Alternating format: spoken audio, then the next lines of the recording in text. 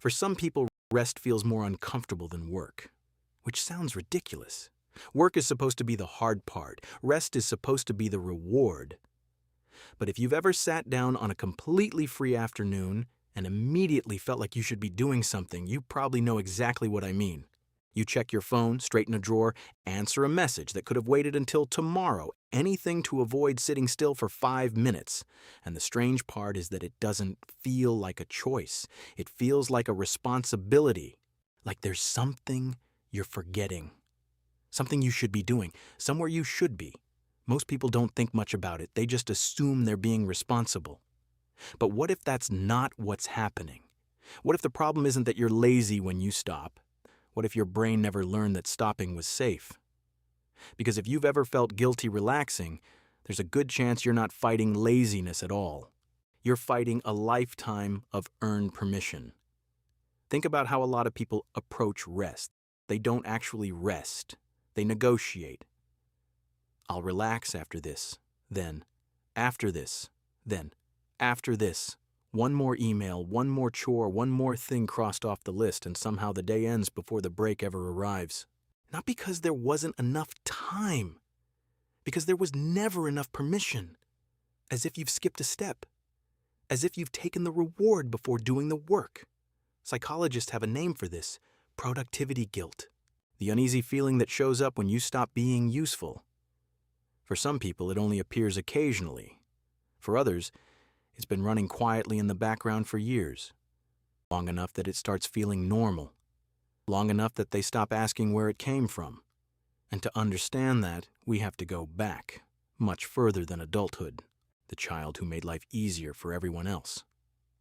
For many people, the story starts earlier than they realize, not with work, not with productivity, not with adulthood, with attention.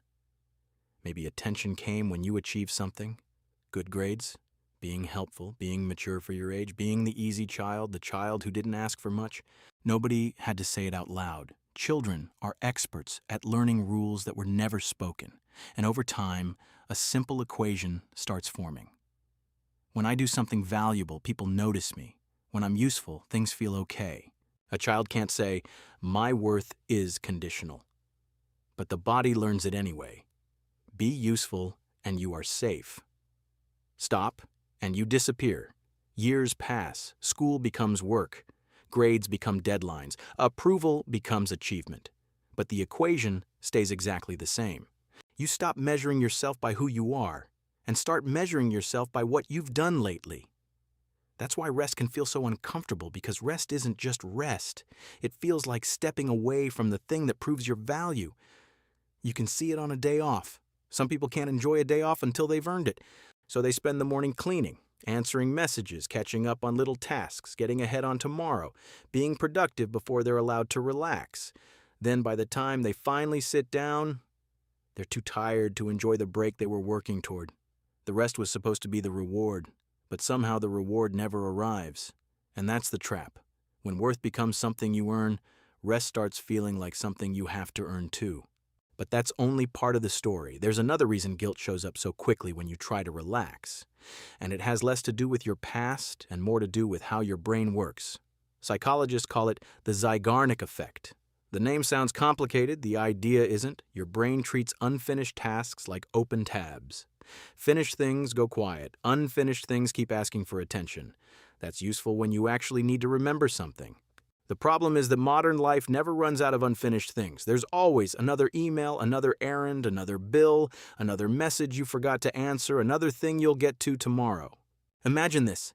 You finally get into bed after a long day. Your body is exhausted. You're seconds away from falling asleep. Then suddenly you remember one thing, one email you forgot to send, one form you forgot to submit, one phone call you still haven't made. Nothing life-changing. Nothing urgent, but somehow your entire nervous system wakes back up. Not because the task is important, because it's unfinished. And unfinished things are loud. That's why relaxing can feel strangely difficult. The moment life gets quiet, the open tabs become easier to hear. The laundry, the appointment, the project, the thing you've been avoiding for weeks. They're all waiting in the background, and suddenly sitting still feels impossible. Rest isn't loud enough to compete with unfinished business. Then there's the culture we live in. Somewhere along the way, a lot of us learned to feel proud of being exhausted. Busy became important. Tired became impressive. Being overwhelmed became evidence that you mattered. Think about how often people answer, "How are you?" with busy, almost like it's something to be proud of. We celebrate hustle, admire overwork, treat burnout like a badge of honor. After a while, productivity stops being something you do. It becomes part of who you are. And when that happens, slowing down starts to feel dangerous. Because if productivity is your identity, what happens when you're not producing? Here's a question that reveals more than most people realize. Have you ever noticed that resting feels easier when you're sick? Fever, the flu, a migraine, anything that gives you a legitimate reason to stop. Suddenly the guilt gets quieter. Nobody expects productivity from a fever. Nobody asks you to justify being exhausted. Nobody questions why you're lying down. For a moment, you're allowed to stop. And that's revealing, because it means the problem was never rest itself. The problem was the feeling that rest had to be earned. That's why so many people don't actually rest. They negotiate. I'll relax after this. Then, after this. Then, after this. Until the day ends. And the break never comes. Not because there wasn't time. Because there was never enough permission. Just notice it. So how do you begin to unlearn something like this? Not by forcing yourself to relax. Not by arguing with the guilt. And not by pretending it isn't there. You start by noticing it. The next time you sit down and feel that familiar discomfort, pause for a moment. Don't obey it immediately. Don't fight it either. Name it. There's a surprising difference between feeling something and automatically following it. The guilt says, you should be doing something. But feelings aren't always instructions. Sometimes they're echoes, old rules, old expectations, old equations that no longer fit your life. And then start small.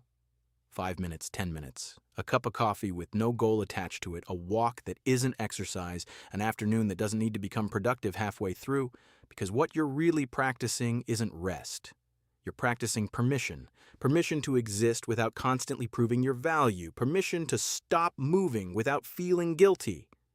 Permission to be a person instead of a project. Think of a field. A field that gets farmed every season eventually stops producing.